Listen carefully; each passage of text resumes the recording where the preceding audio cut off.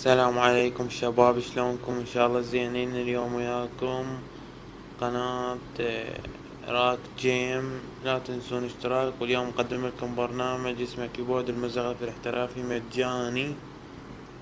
هذا هو سندخله وهو يقول لك هسه تفعيل الكيبورد. اول شي تسويهن واختيار الكيبورد ولغة الادخال واعدادات الكيبورد. هذا اعدادات الكيبورد. انت تريد تفعل الزخرفة، تريد ما تخليه زخرفة؟ انا ما بخليه زخرفة.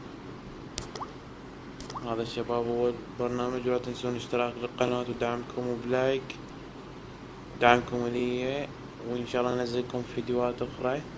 بس لا تنسون مشاركة الفيديو واشتراك للقناة.